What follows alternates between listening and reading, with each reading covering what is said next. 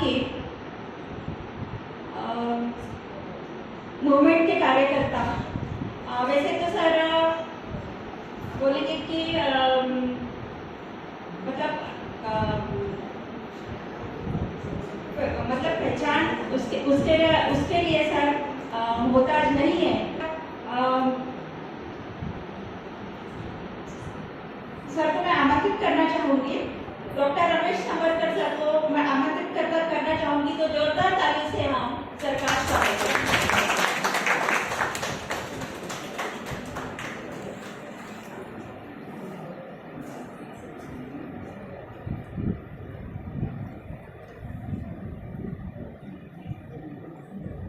सर्वांना जय। आपले सर्वांचे ऊर्जा केंद्र डॉक्टर बाबासाहेब आंबेडकर ह्या देशाच्या मातीत समतेचा प्रज्ञादीप पाजळणारे तथागत बुद्ध मी आपल्या सर्वांच्या वतीनं ह्या विचार प्रवाहाला अभिवादन करतो। मित्रांनो,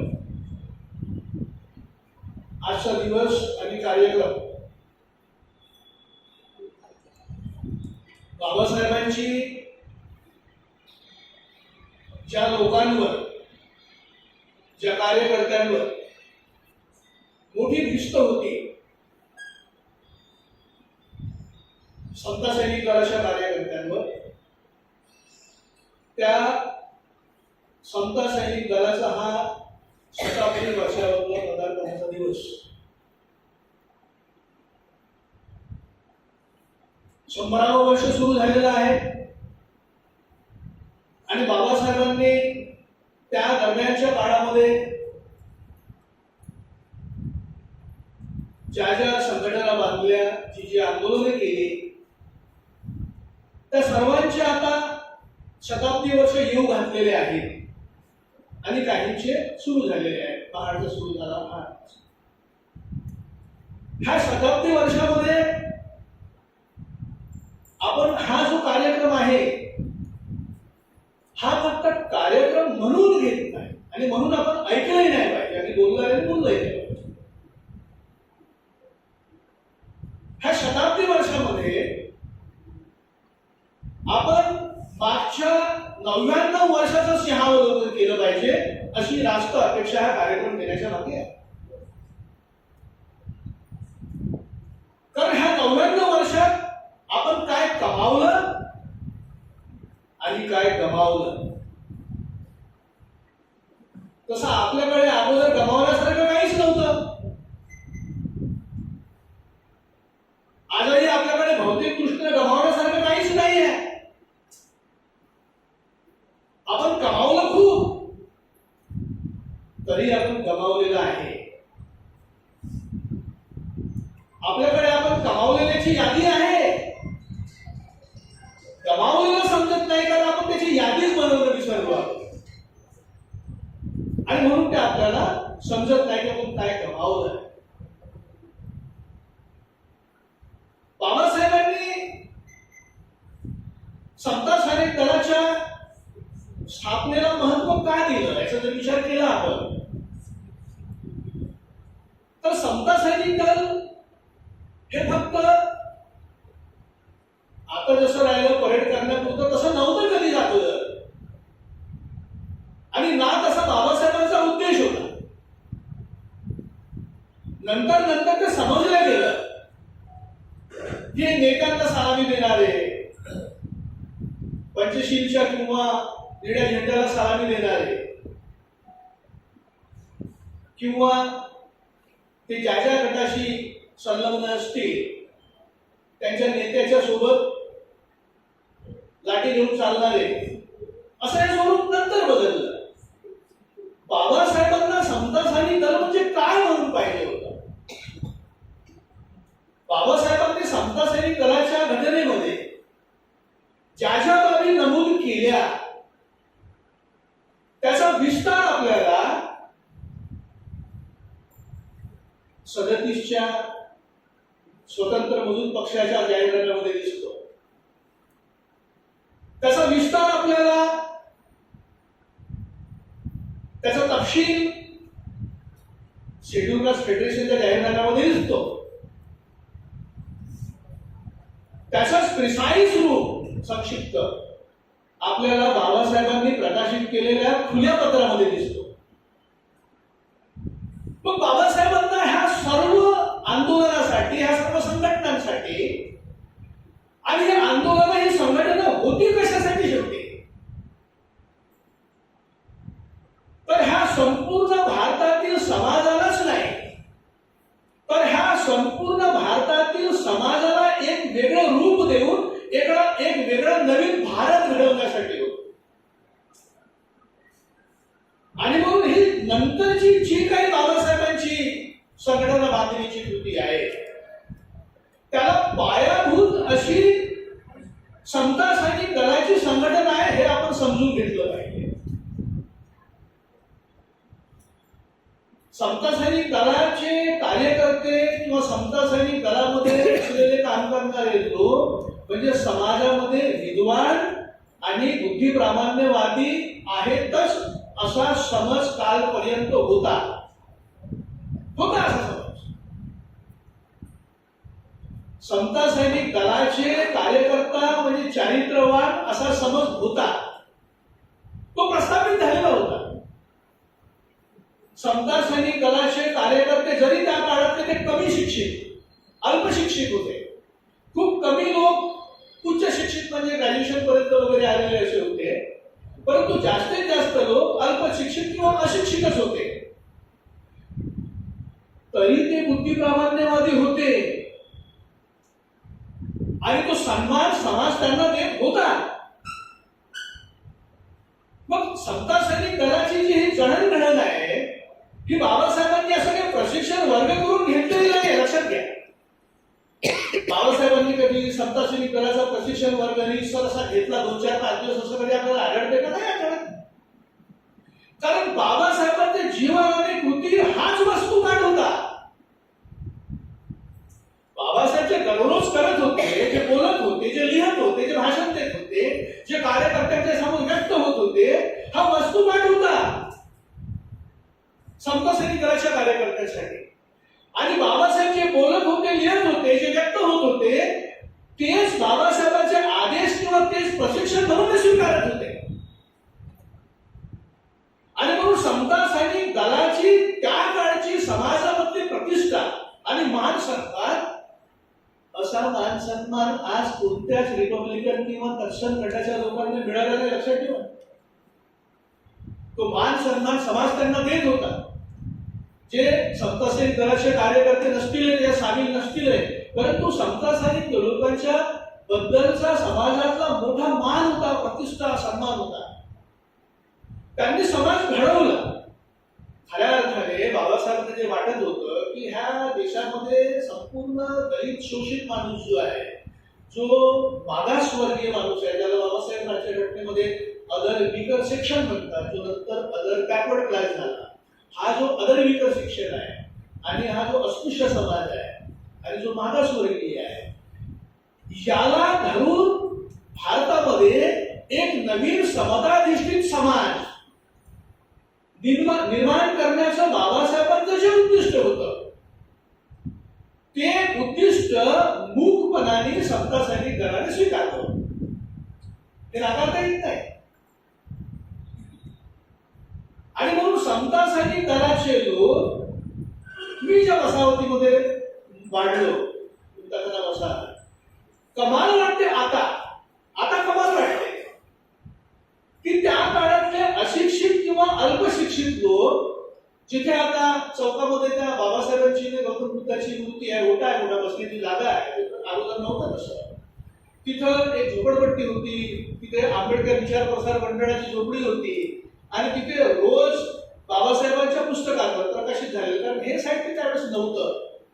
बुद्ध आणि धम्म आहे, बाळासाहेबांचा हिंदुइझम धर्म आणि कलंक आहे, बुद्ध आणि कार्ल मार्क्स आहे, एनिलेशन ऑफ कास्ट आहे, मार्कशीट लिहिली आहे, बाबासाहेबांचे प्रकाशित झालेले जे काही लेख होते ते आहे, ही पत्रिका आहे, याचं रोज वाचन होत होतं. आणि त्या काळामध्ये मी त्या लोकांच्या तोंडून चळवाद आणि चैतन्यवादावरच्या चर्चा ऐकल्या. कमाल आहे. आज कमाल वाटते त्याची. ते अल्पशिक्षित किंवा कमी शिकलेले लोक ते मार्क्सवादावर आणि बुद्धाच्या विचारावर चर्चा करायची ती बसून. हे आलं कुठून होतं? बाबासाहेबांनी का त्यांचे वर्ग घेतले होते का? नाही घेतले होते. परंतु बाबासाहेबांचं रोजचे जीवन होतं, हे लोक जवळून पाहत होते. आणि समाजामध्ये त्या प्रकारचं एक पर्यावरण तयार झालं होतं, बौद्धिक पर्यावरण. बाबासाहेब सामान्य माणसाचा जो बौद्धिक विकास म्हणत होते, हा बौद्धिक विकास बाबासाहेबांच्या मुळे समता सैनिक दलाने समाजामध्ये बुद्धी प्रामाण्यवादाचा पाया रोवला. हे आपण समजून घेतलं पाहिजे. समता सैनिक दल हे फक्त परेड करणारे कधीच नव्हतं, सुरक्षा देणारं नव्हतं. ते काम होतं त्यांचं. तर आमचे एक कार्यकर्ता होते प्रसिद्धी ताकसांडे, त्यांचे वडील गोमाजी ताकसांडे, ते सांगायचे दीक्षेच्या कार्यक्रमामध्ये त्यांची ड्युटी लागली होती शाह हॉटेलच्या मागच्या गल्लीमध्ये. रात्रभर 3 दिवसाचा पहारा, हातामध्ये काठी, ती काठी परंतु भाल्याचं पातं पैजाम्याच्या आत लपवलेलं. त्यांच्याकडे भाल्याचं पातं होतं, त्या लोकांना दिलेलं सुरक्षेमध्ये. जे शाह हॉटेलच्या भरतीच्या शाह हॉटेलच्या भोवताली सुरक्षा करत होते. आणि ती मागची गल्ली जी आहे आनंद टाकीच्या बाजूची, तिकडे त्यांची ड्युटी लागली होती. गोमाजी ताकसांडे ते सांगायचे हातामध्ये लाठी आणि साधे कपडे घालणार, ते पायजामा घालणारे लोक, ते पायजामा ओपन शर्ट, पण आतमध्ये भाल्याचं पाता लपवलेलं. कारण गोडबोले साहेबांनी सांगितलं होतं घातपात कधीही होऊ शकते, तुम्ही सतर्क राहा 24 तास. समता सैनिक दल समाजामध्ये फक्त एक बौद्धिक वातावरण तयार करत नव्हतं, ह्या समाजाला ते एक मोठं बळ प्राप्त करून देत होते. कोणतं बळ होतं ते? बाबासाहेबांनी लाठी का दिली त्यांच्या हाती? त्या लोकांनी काय हे समजलं की आपल्याला सुरक्षा करायची बाबासाहेबांची. तर हे फक्त बाबासाहेबांची सुरक्षा नव्हती, हे संपूर्ण समाजामध्ये जो समाज अगदी लेचापेचा होता. शिक्षण घेण्याच्या अगोदर ना, 14-15 ऑक्टोबरच्या अगोदरच्या गोष्टी आहेत. हा समाज लेचापेचा होता. म्हणजे मान वर करून त्याची नजरेला जर घडवण्याची ताकद नव्हती. परंतु समता सैनिक दलाची परेड पाहून आणि हातातली काठी पाहून हे काय त्याला मारायला जाणार नव्हते कुणाला. परंतु हा जो हातात काठी न घेतलेला जो मोठा मास आहे अस्पृश्यांचा, महार असतील, मातंग असतील, चामर असतील, ढोर असतील, खाटीक असतील, जे कोणी असतील, वाल्मिकी असतील, कारण बाबू राजवंत जानोकर होते त्या लढ्यामध्ये. ह्या लोकांमध्ये आपोआप ते बळ संचारत होतं की आम्ही आता कुणाचंही शोषण आम्ही मान्य करणार नाही. तर हे जे पोटेन्शियल तयार होत होतं लोकांमध्ये, समता सैनिक दलाचं हे कामही होतं हे पोटेन्शियल तयार करण्याचं. आणि म्हणून जे आपण नंतर पाहतो ना, कारण महाराजांना तर काय शस्त्राचं, अस्पृश्यांना शस्त्राचा अधिकारच नव्हता. मग नंतरच्या काळामध्ये दाढपट्टा फिरवणारी बाई आली कुठून? आपल्या वस्तीमध्ये आखाडे होते, तलवार भाला चालवणारी बाई माणसं आली कुठून? हे बाबासाहेबांनी अगदी 1916 पासून जे आले आणि त्यांच्या समाजामध्ये हे जे वातावरण तयार केलं, पर्यावरण, की तुम्ही कुणापेक्षा कमी नाही आणि कुणाच्याही खाली, तुम्ही कुणाच्याही गुलाम नाही, तुम्ही तुमचा प्रतिकार स्वतः करू शकता. हे धाडस जे बाबासाहेबांनी निर्माण केलं, ह्या धाडसाच्या त्या पायावरती मोठी इमारतची बांधली असेल ती समता सैनिक दलाची. समता सैनिक दलाच्या 100 वर्षामध्ये ह्या सर्व बाबी, हे सर्व पैलू, हे सर्व फॅसेट्स आपल्याला समजून घ्यावे लागते. कारण हा दरम्यानचा काळ जो गेला 100 वर्षाचा, आणि आता आपल्याला ह्या 10-12 वर्षापासून देशामध्ये जे काही चित्र दिसते, ज्याच्यामुळे आपण चिंतित ज्याच्यामुळे आपल्या समोर भयाची एक मोठी अशी लकीर आपल्या समोर आली की सामोरच्या पिढ्यांचं काय. आता जोपर्यंत हे जयंतीचं आंदोलन वगैरे झालं नाही त्याच्या अगोदर पर्यंत, त्याच्या 2-4 महिने 6 महिनेपर्यंत, 2 वर्षापर्यंत आपल्या समोर एक कुठं असा अंधकार दिसत होता की काय होणार काय या देशाचं.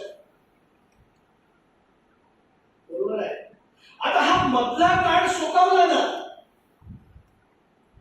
बाबासाहेबांच्या संत सैनिक दलाच्या त्यापासून आणि 1956 नंतरचा आतापर्यंतचा हा काळ जर अगोदरची स्थिती आता येताना दिसत असेल तर याचा अर्थ काय आहे, हा मधला काळ सुकावलाय. मग हा सुकावलेला काळ परत कसा येईल.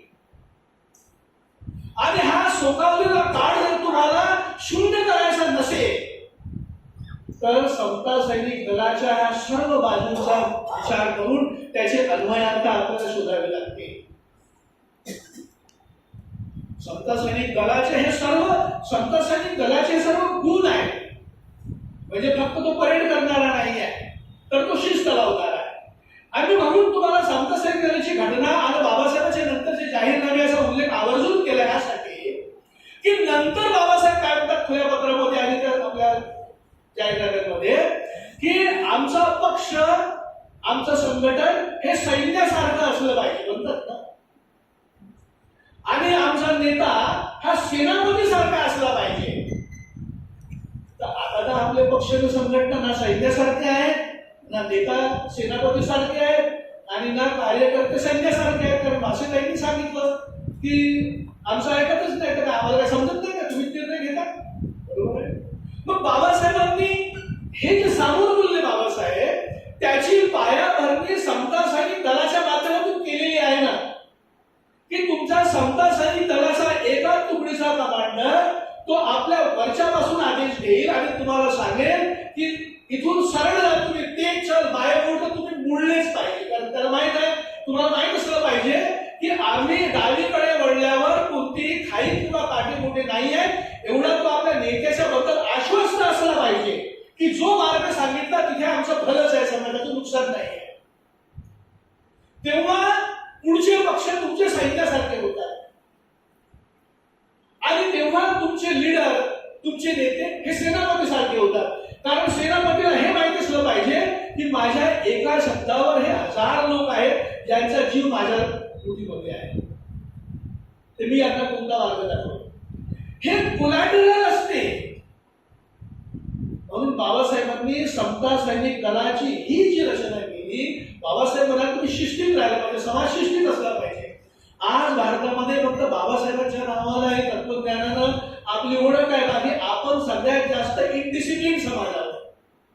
आपली ना समाजामध्ये शिस्त आहे, ना घरामध्ये शिस्त आहे, ना आपण वर्गामध्ये शिकायला बसतो तिथे शिस्त आहे, ना समाजामध्ये शिस्त, ना आंदोलनात शिस्त आहे. शिस्त नाही.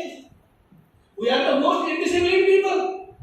मग ज्या समाजामध्ये बाबासाहेबांनी ही एवढी मोठी शिस्तबद्ध संघटना उभारली होती आणि त्याच्या आधारावर स्वप्न पाहिलं कोणतं, हा इथे तयार झालेला अनुशासित कार्यकर्ता, हा फक्त शारीरिक बळ असलेला नाही आहे, याच्याकडे बौद्धिक बळ आहे, याला बुद्धी प्रामाण्यवादी बनवलेला आहे. मी तुम्हाला सांगितलं की अशिक्षित लोक चैतन्यवाद आणि जडवादात जेव्हा आम्हाला लहानपणी समजत नव्हते हे काय आहे, ते शब्द आमच्या मेंदूमध्ये अजूनही कोरलेले, चैतन्यवाद आणि जडवाद.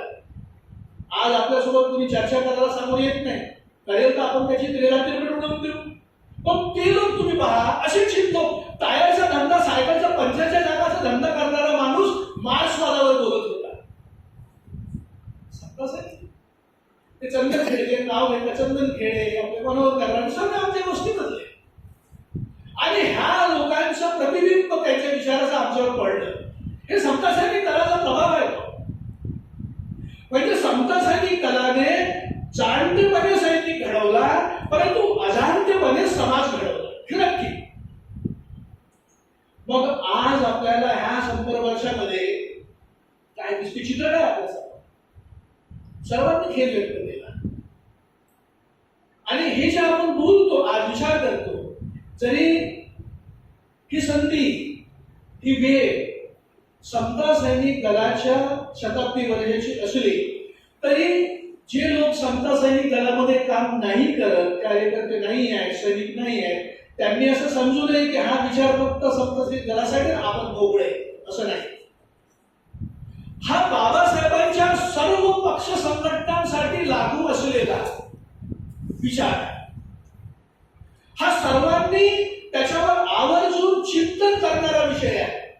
नाव समता सैनिक दलाचं आहे, परंतु आपण आहोत एका परिवारामधले. कारण परिवार यासाठी म्हणतो की आपल्याला बाहेर कोणी विचारलं आपण काय म्हणतो, आमचं निळं रक्त आहे म्हणतो ना आपण निळं रक्त राहिलं आपल्याला माहित आहे, परंतु निळं रक्त ह्यासाठी म्हणतो की तुमचा आणि माझा हा रक्ताचा संबंध आहे असा आपण समजतो. आणि म्हणून म्हणतो एक मद्रासी माणूस दिसला दीक्षाभूमीवर, दीक्षाभूमीच्या समारंभाच्या वेळेस आपली छाती गर्वान होतात, महाराष्ट्रचे लोक आले म्हणतो की नाही आपण, बिहारचे लोक आले, एका सासारामचा माणूस दिसला परिवार, बिहारचा सासारामचा माणूस, जिथे आपल्या त्या ग्रँड कोर्ट ज्यांनी पहिल्यांदा बनवला ना शेरशाह सुरी, त्याच्या त्या राजधानी बनवला, बिहारचा माणूस सासारामचा एकटाच आला होता, बायकोने लेकराला येऊ. तो दिसल्याबरोबर इतकं बरं वाटलं, बापरे सासाराम पर्यंत आज एकटा आला, उद्या 100 येतील वाटते ना. पण आपण जे म्हणतो आम्ही एका रक्ताचे आहोत, तर ही चर्चा फक्त ह्या टोपी घालणाऱ्या सैनिकासाठी नाही आहे. याचं गांभीर्य आपण सर्वांनी समजून घेतलं पाहिजे. कारण समता सैनिक दल जो समाज घडवेल, जे शिस्त लावी, लोकांना स्वातंत्र्य जे मिळवून देईल, त्यांना न्याय मिळवून देईल, तो फक्त समता सैनिक समाजाचा, समता सैनिक दलाचा माणूस नाही, तर ह्या संपूर्ण भारतामधला दलित शोषित अस्पृश्य माणूस असेल. ही संकल्पना बाबासाहेबांची होती आणि ती वास्तविकतेमध्ये उतरवण्याचं उद्दिष्ट समता सैनिक दलाने स्वीकारलं होतं. म्हणून बाबासाहेबांना असं प्रामाणिकपणे वाटत होतं की ह्या दलाच्या निर्माणीमधून, फॅक्टरीमधून, ज्याला गजकेश्वर फॅक्टरी म्हणाले, ह्या फॅक्टरीमधून निर्माण झालेला हा कार्यकर्ता शिस्तबद्ध, विचाराची शिस्त असलेला, विचाराची प्रामाणिकता असलेला, समाजाशी प्रतिबद्धता, कटिबद्धता स्वीकारणारा, ज्याला स्वार्थाचा लवलेशही शिकला नाही आहे, असा माणूस रिपब्लिकन पक्षामध्ये जाईल, असा माणूस तुमच्या कामगार पक्षामध्ये जाईल. नागपूरमध्ये सिद्धार्थ कामगार संघटना होती त्या काळामध्ये, आणि कुंटखान्यामध्ये त्या सिद्धार्थ मिल मजूर संघाच्या मालकीचा ट्रक होता. अगोदर ते ट्रक होते, फ्लाय मिल, मोटर स्टार्ट येण्याच्या अगोदर फ्लाय मिलला हँडलही फिरवावं लागत होतं आणि मशीन सुरू होत होती, ट्रक सुरू होता. तो ट्रक होता सिद्धार्थ कामगार संघटनेकडे, मिल मजूर संघटनेकडे. तो याच्यासाठी घेतला होता की ह्या ट्रक मधून जे काही उत्पन्न येईल संघटनेच्या कामाला लागेल. मग ह्या कामगार संघटनेमध्ये काम करणारे लोक त्या काळचे नाहक कुंभारे असतील किंवा ऍडव्होकेट बीडी चहांदे असतील किंवा अनेक लोक असतील, तर कामगार संघटनेमध्ये जातील लोक, ते कोणत्या फॅक्टरीमधून निघतील, समता सैनिक दलाच्या फॅक्टरीमधून निघतील, जे समाजाचं हित लक्षात घेऊन आपल्या नेत्याशी कधीही वेगळे होणार नाही. नेता असा राहील जो संघटनेच्या आणि समाजाच्या हिताचा विचार करेल. हाच इथून निघालेला विद्यार्थी समता सैनिक दलाच्या फॅक्टरीमधून निघालेला विद्यार्थी संघटनेमध्ये जाईल. तो काळ आठवा, रिपब्लिकन विद्यार्थी फेडरेशनचा सेक्रेटरी होते भाऊ लोखंडे. विद्यार्थी रिपब्लिकन विद्यार्थी संघटनेच्या फेडरेशनच्या माध्यमातून आंदोलन झालं. अख्ख्या नागपूरमध्ये फिरून त्या एकट्या तरुणांनी, तरुण होते त्यावेळेस, संपूर्ण नागपूरचे महाविद्यालय बंद करून टाकली. दरारा होता तो. दरारा ह्यासाठी होता की समोरच्या वाईट, तुमच्या शत्रूला वाईट होतं की समता सैनिक दल शिस्तवाला आंबेडकरांची संघटना आहे, त्याच्याच मधला माणूस याची त्याची एकी आहे, याचाच मधला माणूस कामगार संघटनेच्या ह्या सर्वांची एकी आहे, याचाच मधला माणूस रिपब्लिकन पक्षाचा आहे, आणि ह्या सर्वांची एकी आहे. आपण जर एका विद्यार्थ्याला हात लावला, हे सर्वच्या सर्व तुटून पडतील. समाजाचं एकीचं बळ म्हणजे एक त्याचं कधीच राहत नाही. हे सामूहिकच असते, सामूहिकच निर्णय असतात, त्यालाच लोकशाही म्हणतात. आणि प्रत्येकाने ते समाजाचं दूरगामी हित लक्षात घेऊन मान्य करावं लागते. आणि माझं शब्द कुणी ऐकलं नाही, 10 लोकांमध्ये मी 1-2 माणसामध्ये आहो विषममत असलेला, आणि माझं ऐकलं नाही म्हणून मला खिंत बाळगण्याचं कारण नाही किंवा मला फुटून जाण्याचं कारण नाही. कारण त्या आज लोकांच्या उरलेल्या 8 लोकांच्या निर्णयामध्ये मला समाजाचं दूरगामी हित दिसलं पाहिजे. आता ही जर तुमची अधोदृष्टी असेल न दिसणारी, तर समाज विखुरतो. समता सैनिक दलाच्या ह्या 100 वर्षाच्या कारकिर्दीमध्ये काय पाहिजे होतं समाजामध्ये आज? आपण पाहतो बाली साहेबांनी त्यावेळेस खूप साहित्य लिहिलं. त्यांनी बाली साहेबांनी हिंदुइझम धर्म या ग्रंथ लिहिलं, पहिला खंड, दुसरा खंड, तिसरा खंड. आता त्याचं कंपाइलिंग आहे त्याच्यामध्ये त्यांनी उत्तर भारतामध्ये, विशेषतः उत्तर भारतामध्ये जे काही अन्याय, अत्याचार, जाती अत्याचार होत होते त्यांचे उल्लेख वर्तमानपत्रामध्ये आलेले घटना, त्याचे उल्लेख, ज्या वर्तमानपत्रात नाही येऊ शकला परंतु कार्यकर्त्यांनी मिळवलं त्याचे उल्लेख सर्व होते. आणि ह्या गोष्टींच्या, ह्या अन्याय अत्याचाराच्या घटनांचं वाचन होत होतं आणि कशा प्रकारे अन्याय अत्याचार होतात ते समजत होतं लोकांना. आणि हा माणूस आक्रोशित होत होता, पेटून उठत होता. आता मधला काळ गेला आणि तुम्हाला सांगितलं हा काळ सुकावला. म्हातारी गेली हे ठीक आहे, पण सुकावलेला काळ कसा परत आणणार? आता मध्यंतरीच्या काळामध्ये ह्या घटनांच्या बातम्या कमी झाल्या होत्या. आता ह्या 12 वर्षामध्ये ह्या घटनांच्या बातम्यांना पीक आलं.